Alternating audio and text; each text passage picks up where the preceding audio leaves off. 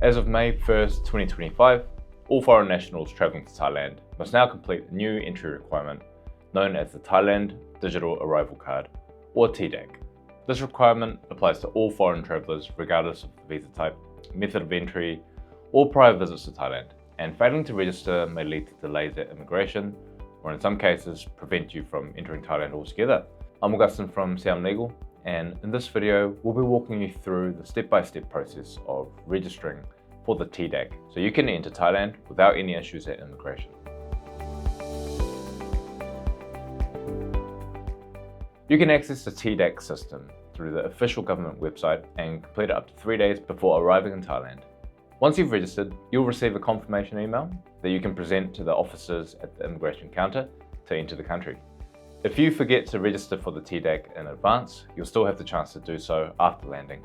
But keep in mind you won't be able to pass the immigration counter until you've completed it, which can delay your entry, especially during peak travel hours. Before we get started, make sure you have your passport, your flight or vehicle number, and confirmation of receipts for your travel and accommodation bookings ready, as you'll need these to complete the registration.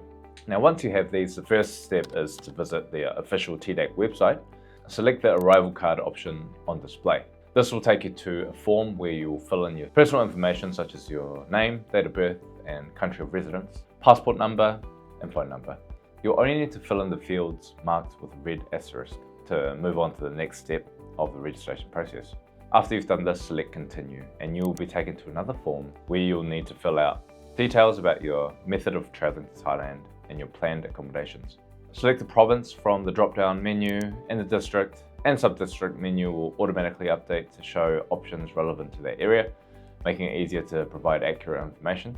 While departure details are not required to move on to the next page, you may still need to provide proof of onward travel, depending on your visa type, at the airport, like a return ticket.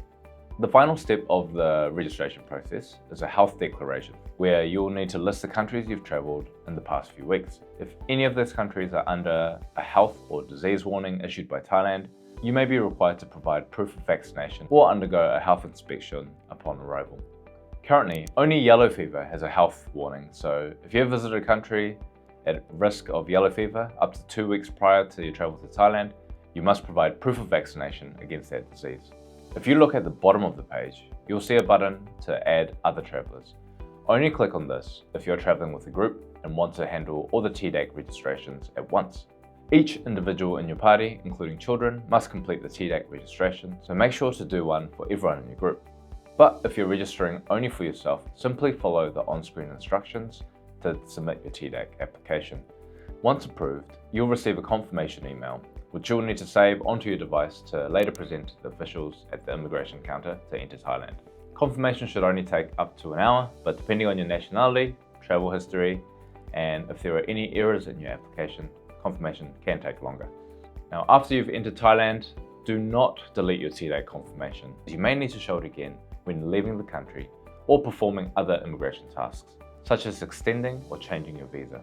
Important note, the TDAC is a free government service. Since the launch of the TDAC system, fraudulent websites have emerged claiming to be official third-party service providers. Be cautious of websites that charge a service fee for the TDAC application. The official government website is tdac.immigration.go.th. If you are on a website that requests a service fee, you are not on the official government website. While the TDAC has become a mandatory requirement for all foreign travellers entering Thailand, it's important to note that it's not a visa or a travel document. This means that if you are planning a trip, you'll still need to apply for the appropriate Thai visa to enter the country.